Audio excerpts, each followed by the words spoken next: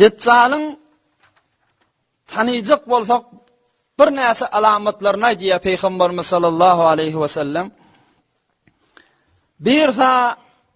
Bir olokon enki ma'ruf deccaly tanymanyň alamaty ki hiç wagt basyryp da bilmeýär halykdan bir özüniň kördügi. Deccalyň bir özü bar, käniş diýendirsiňiz. İki özü de bar, ýöne bir özü kör. Peýgamberimiz aýdýar: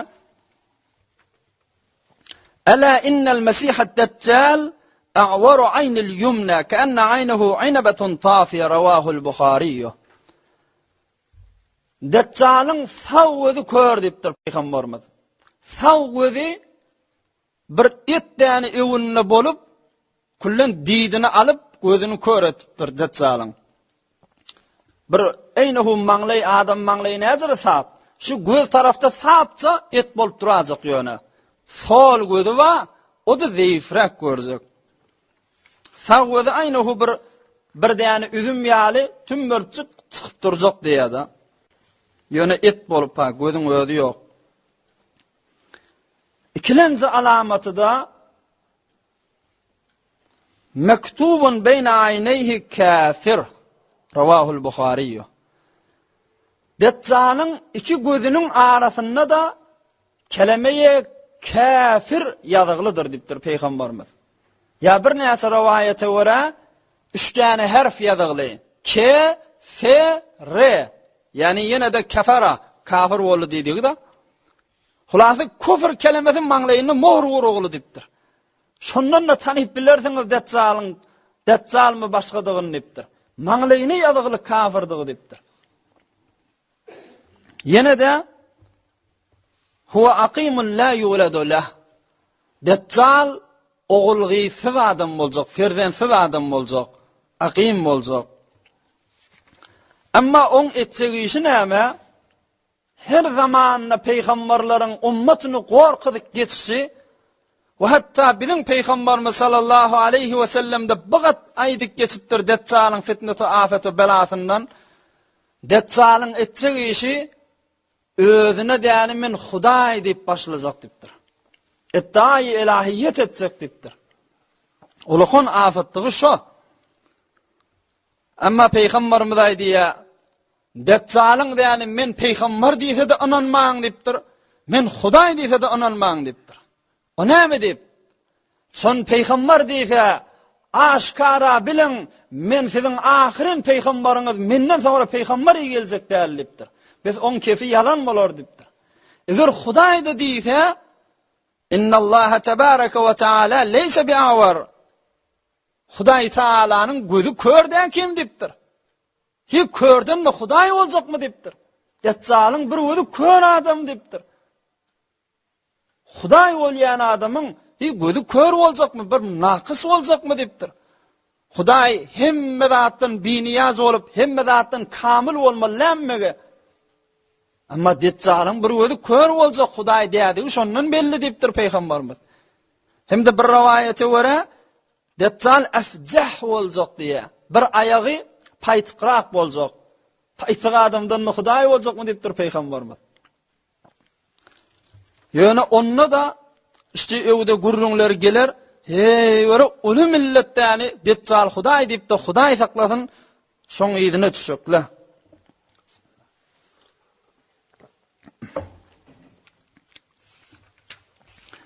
Deccal ýöne haýsy kim ham bir belli bir adammy?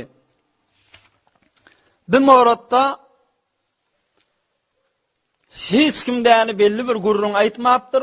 Hatta Peýgamberimiz sallallahu aleyhi we selleme de Deccalyň hakykat kimdigini Peýgamberimize de wahyu ilham bolmapdyr. Hatta Peýgamberimiz öz zamanyny da gelermi hadip gorkýanmyşdyk. Yani sahabalaryny gorkýanmyşdyk.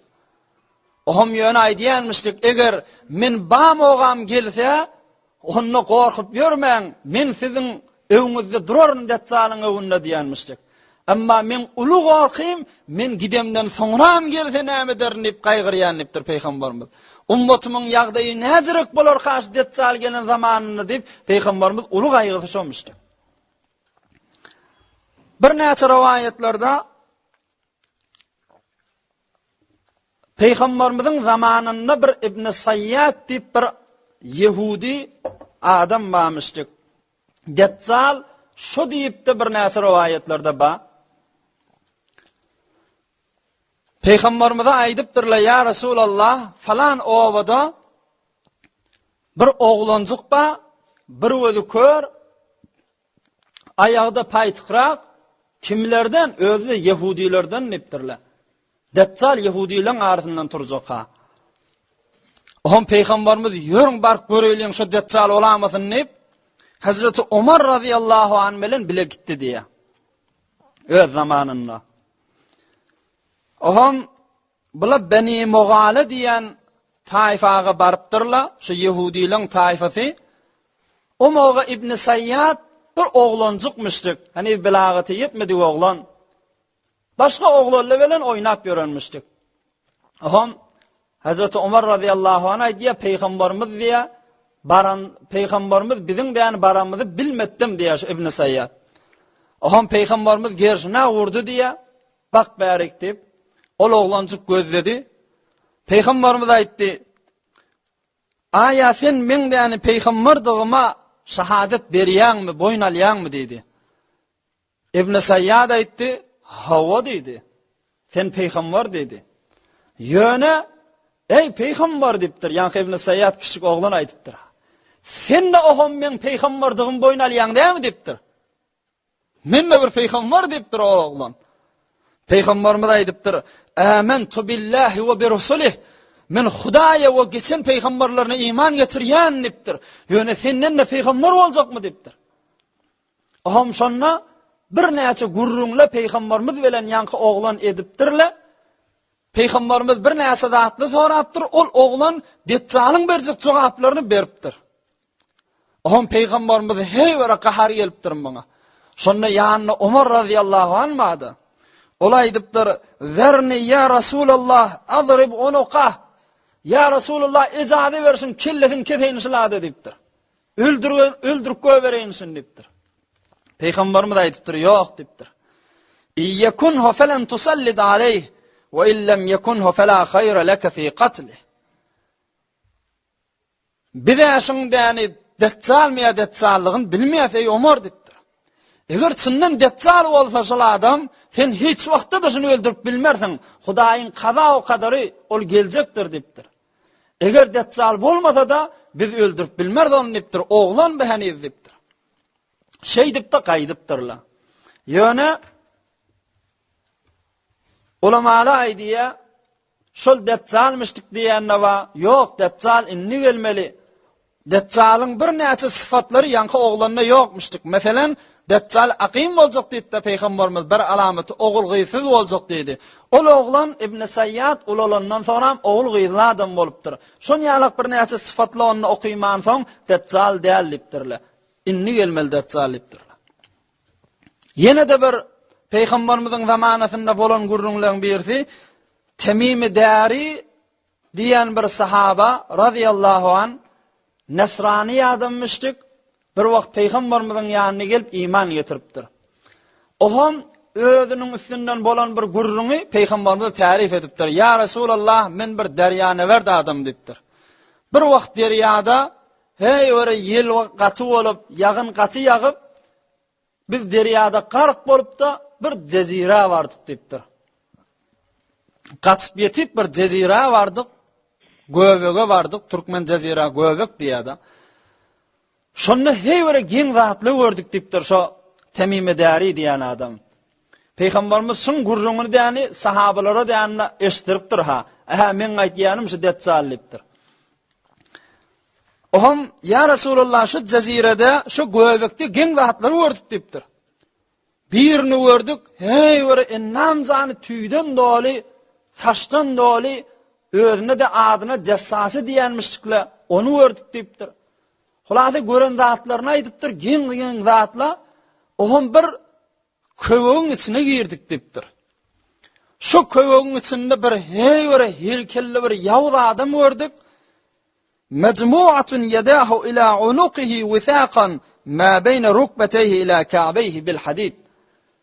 bir adamı gördük dipdir. İki elini yeňsizine geçirilip de demir bilen daňyly koýulypdyr. İki ayağı da te dirine barýança demir bilen daňyly gymyllap bilmän nu özi de bir özi kör adamdy. Oğam biz o bilen gurrunda şolluk dipdir. O bir näçe zatlar bizden sorady, biz de jogabyn berdik dipdir.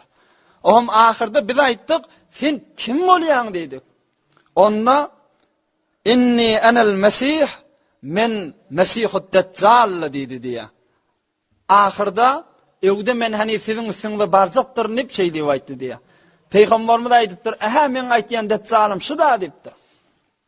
Ýöne yine de ulamaly gurrun edipdirleke ol täb ahir zamany çellinläni diri galjak bolsa insan başarmaya onu. Bu bir jin bolmaly. Süleyman aleyhissalamyň dan koýan jinlaryndan deccal bu bolmaly. Deccal yine öwde zuhur etjek bolmalydyr. Peýgamberimiz soňra yine de o da diýen ýerde bada bir enatadan dünýä geljek Yahudilerin arasynda dädesiniň adyna da Dawud diýerler. Özüniň adyna da Mesih ben Dawud diýip ad takyljak. Öze nirden çyksak innet deccal yahruju min ardin yuqalu lahu Khurasan bil mashriqi yatba'uhu aqwamun ka'anna wujuhahumul majanul mutraqah. Hadisun sahih. Deccal liptir Peýgamberimiz hulasa şu öňki adamlar bolsun ya inni zuhur edip inni dünýäge geljek bolsun her aýtsa bolsun Khurasanyň zuhur etjek dipdir. Khurasanna bizim gündogor tarafymyzda dipdir. Şu Khurasan Mekke Medinanyň gündogor tarafy da şu Khurasanyň zuhur etjek dipdir Peýgamberimiz. Ýygyny düşýän adamlarda bir forum adamlar boljak, ýüzleri däni bir gyşyk-myşyk bir qalqan ýaly, seper ýalyk ýüzleri boljak dipdir. Kadim zamanında guruşlarda däni bir ellerini seper alýanmyşdyklarda, hay onna kılıç bilen gurlansaň, gyşyk-myşyk bolýanmyşdyk seperle, Türkmen qalqanyňa. Bir forum adamlar şoň ýygyna düşýük, ýüzleri däni tegelek, gyşyk-myşyk agyl burnu boljak da hulasa. Şon ýalyk adam şolaň ýygyna düşýük dipdir. Indi bu zamanyň adamlarynyň ýetgemel haby. Yetba'uhu 70,000 min Yahudi Isfahan. Isfahandan taqriban 70,000 diýene Yahudiler şu Deccal'ın ýygyna düşýükler. Kullan Yahudiyete uğruljak bu o yerler. Özü de gelenden sonra fakat 40 gün yerin ýüzünde gezecek. 40 gün. Ýöne Hudaý Taala muňa beren bir näçe istidraşlary evvelki gelen güni aynahu bir ýyl ýaly uzak boljak dipdir. İkilenji güni bir ay ýaly uzak boljak.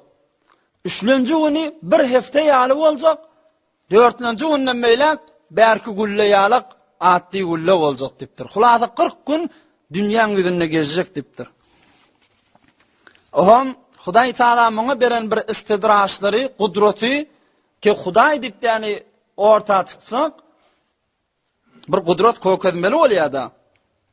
Oňa ýani istidraş diýerler. Kafir adamlar bir geň zatlar etse.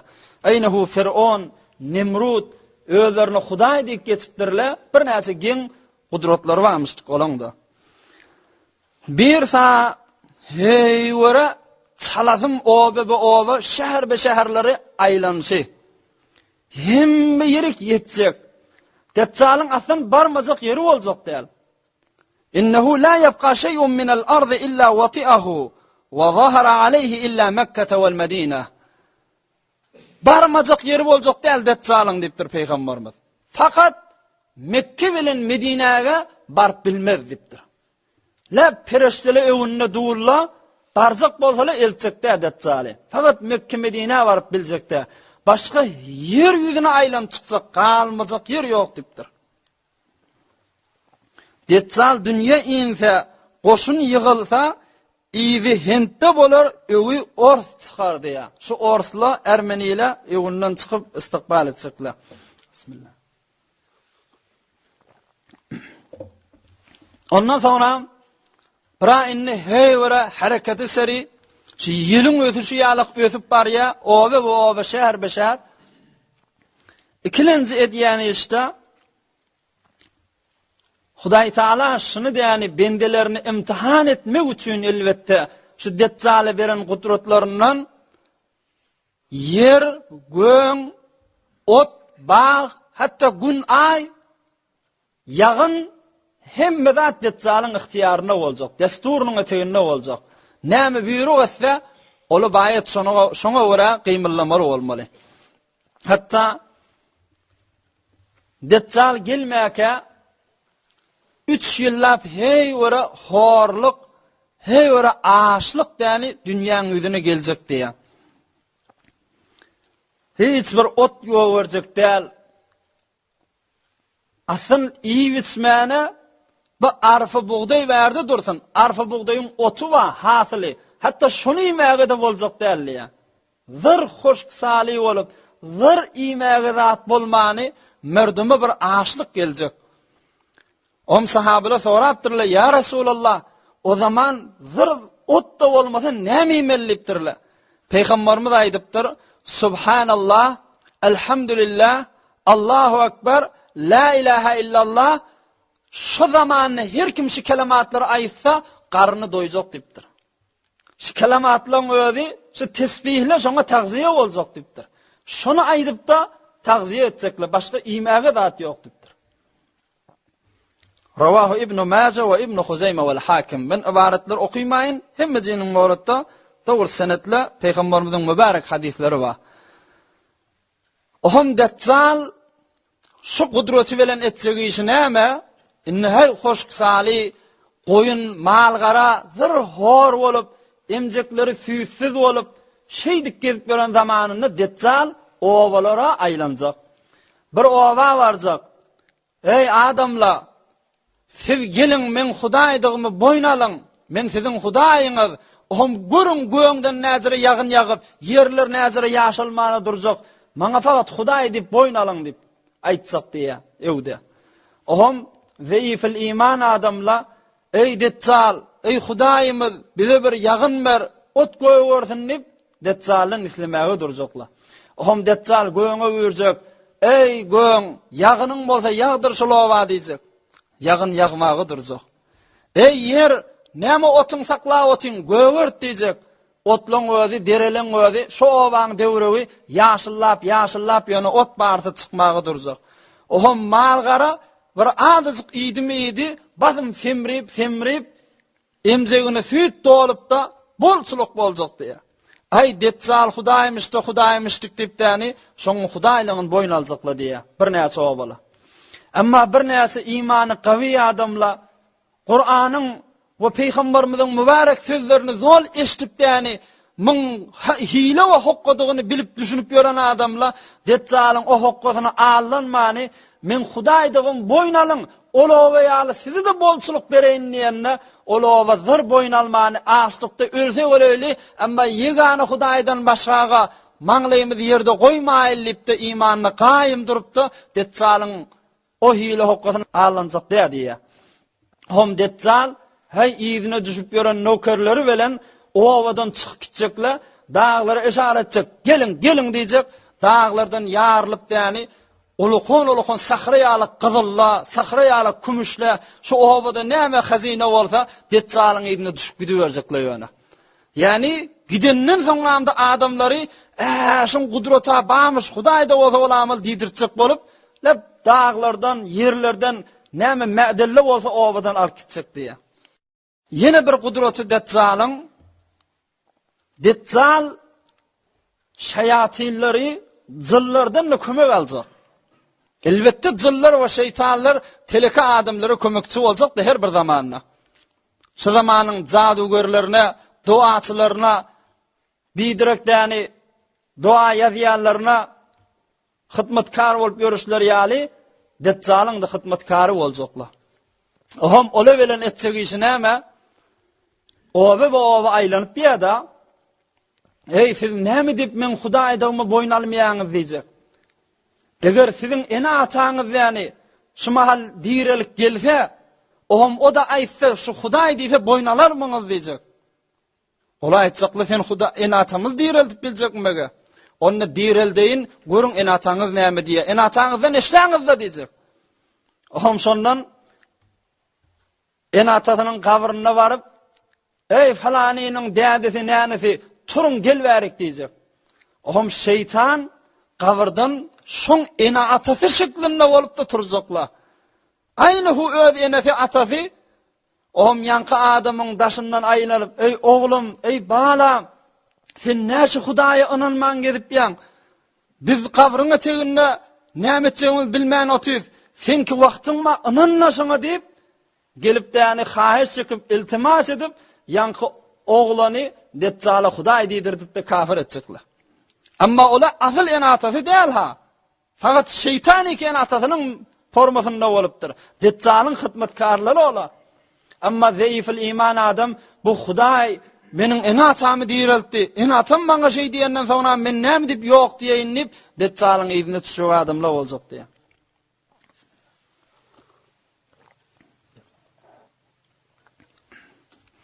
Yine bir Deccal'ın Hudaý Taala ahir zaman bendelerini imtihan edip sinawa salmak üçin beren gudratlary we istidraşlary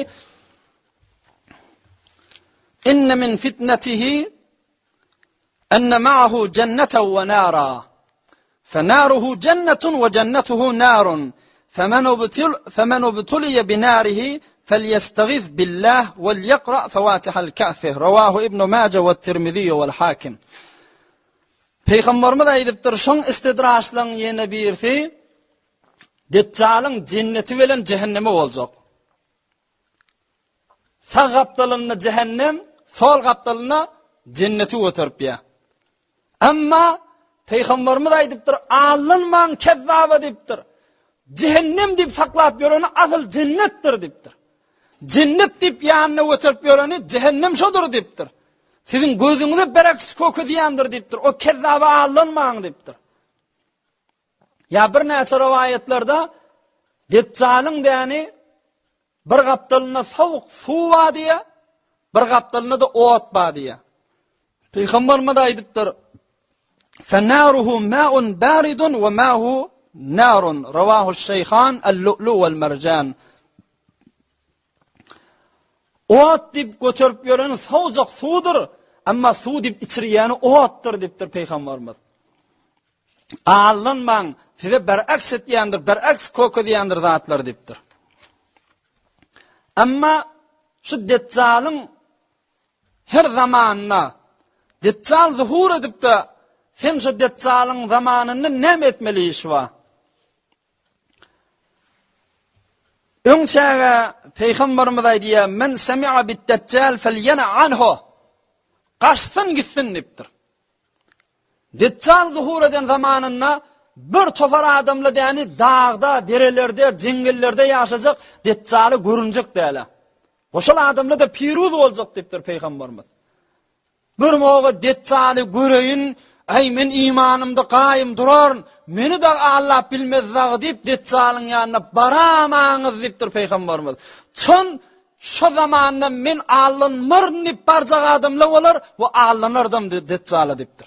Cennetin görüňde, oduny görüňde, beýlesi beýläge edip kökdende öz şübhede bazylary bilen, giň sihri jadusy bilen seni rahat imandan çykaryp goýberer, aýagyň taýdyryp goýberer diýipdir Peygamberimiz. Barman gaçyň Deccal'dan diýipdir. Amma Hudaý saklasyn, bilýärmi, şu zamanda Peygamberimiz aýdýarda, "Ekseru ittiba'at Deccal el-Yehuda wen-nisa." Rawahu İmam Ahmed. Deccal'yň ýüzüne düşük bir Yahudiler boljak. Ola inşallah taala öwgde bir gurrunde klasda inşallah agzar Yahudlar şu mahallamdan belki mundan öňçäk Deccal'yň geljegini gözleşip otýarlar we Deccal'a arka boljak da Yahudiler. Şu mahallamdan Deccal'yň geljegine teýýarlyk görüp arka boljak bolup teýýarlyk görüp otýarlar. Amma ýene bir Deccal'y beter allanjakly zinanyla diýipdir Peygamberimiz. Zinanyla beter kän allanjak Deccal'a. O näme diýip wagt şoň ýanyna barmaza rahat boljak ahyrym, guturjak. Amma zinanylyň bir pis kılıgy, bir gurrun bolanna, bir şawşaw bolanna Bazım bariya da şu näme göreyin, bir zat işleyin, näme qaşo. Şu zamanda da bir üýşmelek bir şäherde bir zatda da bir habar bolsa, zor ýöne üýş bariýalar şonu görmäge. Şıkkılıkları şomoga däni ziyanlaryna tamam boljak. Deccal turupdyr da deccal zuhur etipdir diýip zinanaly üýş parjakly deccal görmäge, amma hemmizi kafir bolup däni gulu boljakly deccal. Biz evvel ketmelişiňiz Peýgamberimiz "Felyana anhu qaçyň" diýipdir. Dağlarda, derelerde, kış yurtlaryňyzda, owalaryňyzda geziveriň deccal gelmäke diýipdir. Amma bir moga deccalyň girini düşseň näme? Peýgamberimiz şähetde aýdyp gidipdir ha deccalyň gurrungyny. Yaman zat tabi. Adamyň imany bilen oýnaýan zatda. Dogry Fironuň afet belasyndan güýçli bir deccalyň ki. Ya ibadallah fasbutu diýipdir Peýgamberimiz. Deccaly ruberu bolup deccalyň eline düşseňiz, hey bir mugabilinde sabit kadam bolun, onuň jennetine allanyp, sowuk suwuna allanyp, ya cehenneminden gorkup imanyňyzla beraman diýipdir Peýgamberimiz. Näme etmeli? Felyastagiz billah wal yaqra Fatihal Kahf. Yadyňyzda bolsun ey musulman walla. Her bir musulman bilmeli zady Sure-i Kahf'in evvelki 10 ayetyny Deccal satysyn moga okuýsaň, Deccal saňa edibiljek işi bolmaz diýipdir. Eger şu ayetleri okuyasan maha, şun cehennem dip kökediýän saňa gözüňe cennet görünüp durar, cennet dip kökediýän cehennem görünür, näme diýip apaşkara bolar diýipdir. Saňa däni sehr jady ötüp bilmez. Sure-i Kahf'in başyny okuýun diýipdir. Her cumgada da Peýgamberimiz Sure-i Kahf'i evvelinden ahyryna okuýmaklygy däni sünnet edip goýupdyr. Okuýanda da bir 15 daqiqa, 20 daqiqa wagtyň alýa. Heftede bir cumga onuň içinde hem o cumgadan o cumga şoňa nur bolar diýipdir, hem deccalyň fitnesinden asagaman galar diýipdir. Etmeli işmeden biri ha. Şu deccal gelen wagtynda bir adamlaň birisi deccalyň ruberusuna barmaly boljak diýär. Peýgamberimiziň mübarek hadisi var bu mawrutda. Oham deccalyň ýerine düşüp ýören adamlar bir musulmany tutjaklar. Indi deccaly ruberu bolsaň näme etmeli? Şol adam ýaly bolaň diýip Peýgamberimiz aýdypdyr da. Ol adamy gyssajaklar, ey falany, biziň Hudaýymyza iman getirýärmi, getirmeýärmi? Kim ol? Mesih ben Davud. Yani Deccalla. Ol adam aýtsak, baba Hudaý boljakmy ondanna? El çekin allanmaň diýjek. Oham ýanky Deccalyň ýerine düşüp ýören adamlar, hay muny gurmagy durjak. Öldürjek boljaklar. Amma içindäki bir näsel aýtsak öldürmäliň. Akdeýliň Deccal näme hukm edýär? Öz Hudaýymyň ýanyna elçeýliň, kökedeýliň muny diýip oham elinden tutup Deccalyň ýanyna alyp barjaklar.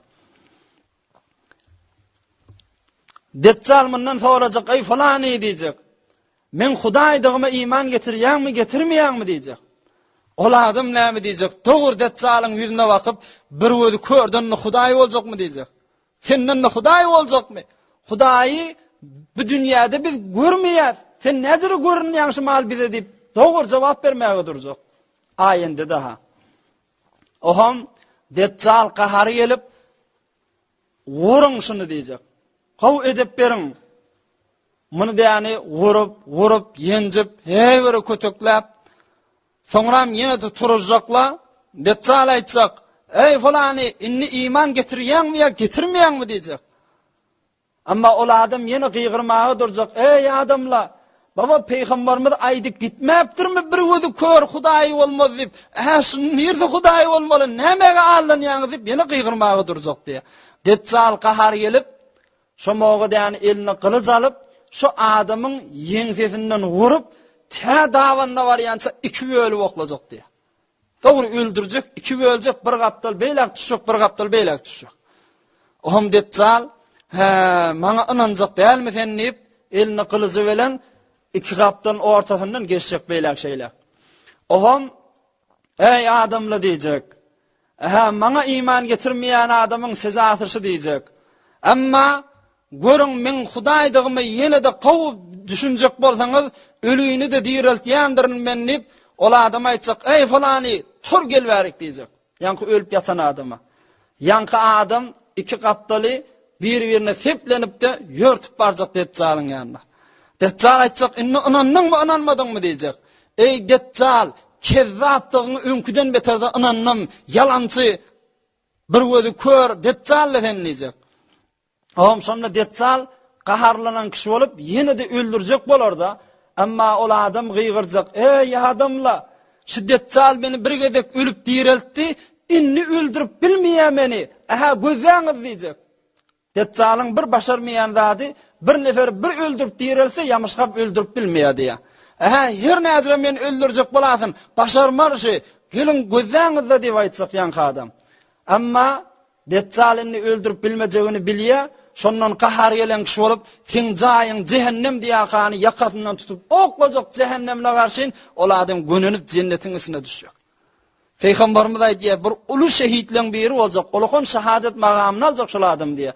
Deccalyň öwünde jur'at bilen korkman, Peýgamber janyň mübarek hadislerini eşden soň, gylygyna ýetip bolan soň, Deccalyň kezzapdygyny bilip, korkman jur'at bilen durjak.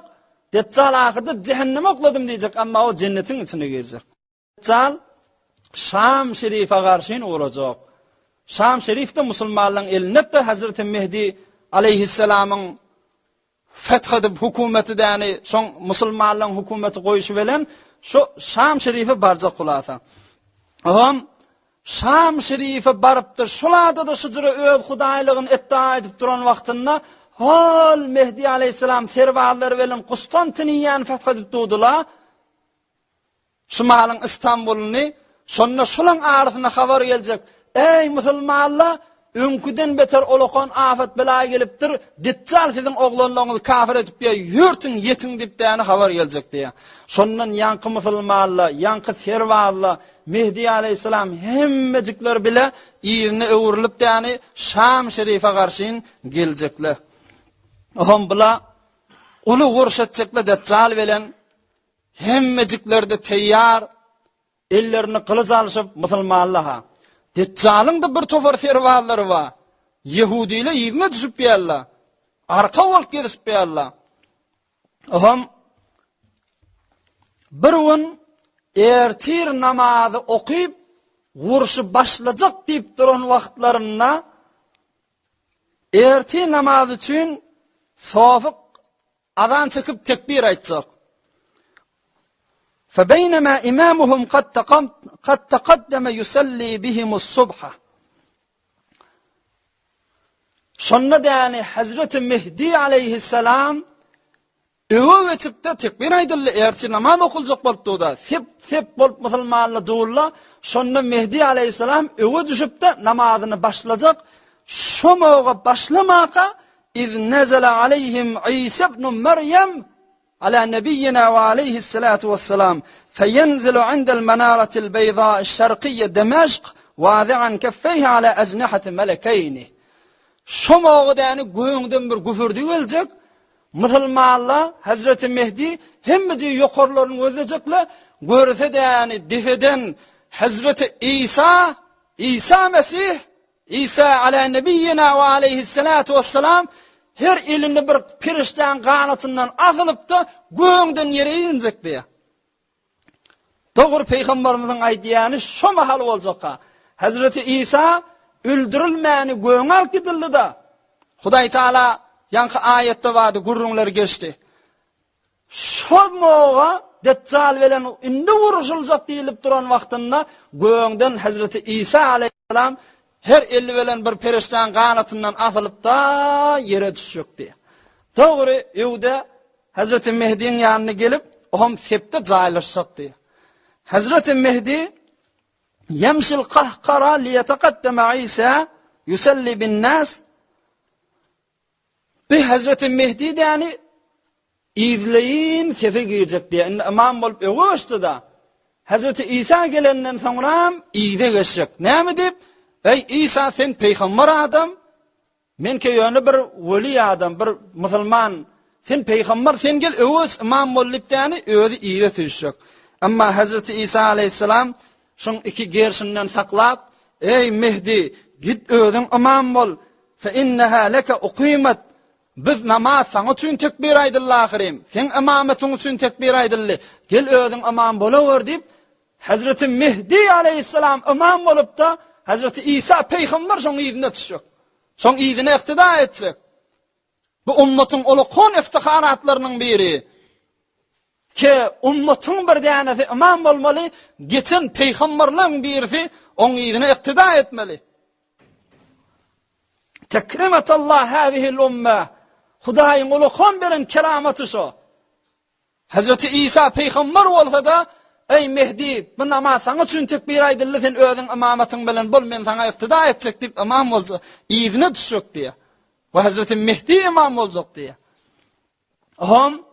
Hulasa Hazreti Mehdi namaz okuyup, erti namazı, ulu musulmanlar bilen namaz okuyacaklar, hanif salamlaşmağa, görüşmeye vakti yok. Näme dip? Çonnany şäheriň daşynda, ýa-ni kafirler, Yahudiler Deccal guruşak bolup taýýar bolup gelip otyr ahirim. Şonda Hazreti İsa musulmanlar taýýarmyňyz diýjek. Musulmanlaryň hemmejigi taýýar biz diýjek. Ferwalla taýýarmyňyz? Hemmejigi taýýar biz diýjekler. Şondan Deccala garşyn uğrajaklar. Şäherden çykdylamy çykdy. Hazreti İsa aleyhisselam ýanky kafirleriň ýanyna garşyn gitjek. Şonda Deccal öňdüdi da men Hudaý diýip birden gördi Hazreti İsa we musulmanlaryň arasynda Hazreti İsa'nın haybatinden korkup, edip yürünüşüne utanıp, aslan duz suwa atılanna eriyen ýaly olup erimäge durjak diye Deccal'ın özi. Hazreti İsa'nın haybatinden korkup su olup erimäge durjak diye. Amma Hazreti İsa aleyhisselam şoň ýanyna kowlap, ahyrda da Demeşkiň bir Lut diýen kafasynda tutjak. Ohom inne li fike zarbeten lem tesbiqani biha. Ey Deccal, şumada çellin bir zerbämi saklap ýan hiç kime vuramak, şu zerbämi saňa vurjak bolsaklap otin, şuň kun saňa vurjak diýjek. Kılıcı bilen Deccal'ı bir grupda Deccal'ı şolada tikke edip öldürjek diye. Hazreti İsa aleyhisselam azbas haybeti wa peýgamber adam bolan soň heminki burnundan ağzından dem çıkanna Yahudilerin üstüne düşüp däni her demi ki Yahudilerin üstüne düşýär, Yahudiler hotma-hot ölüp yıkılışıp ölüp yatıverýänmişdikler. Oham şondan ey musulmanlar başlan vurşy bir Yahudi de koyman aýryň dipden Hazreti İsa buyruk etjek. Ol serwazda Hazreti Mehdi hemmejikler vurşmaga durjaklar. Ulu vurşturjak. Amma Hudaý Taalaň nusraty kömegi bilen Yahudileň barsyny kırıp aýyrjaklar.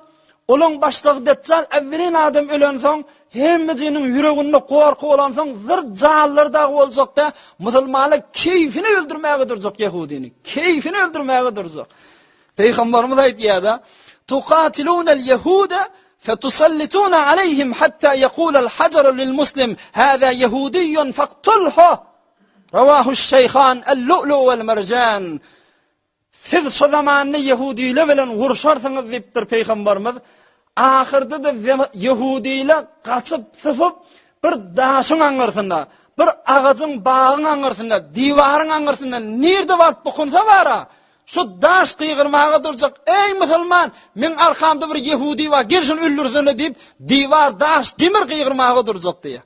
Bir Yahudi koyman, kırıp ayıracaklardan olsun bağı deyiptir Peygamberimiz.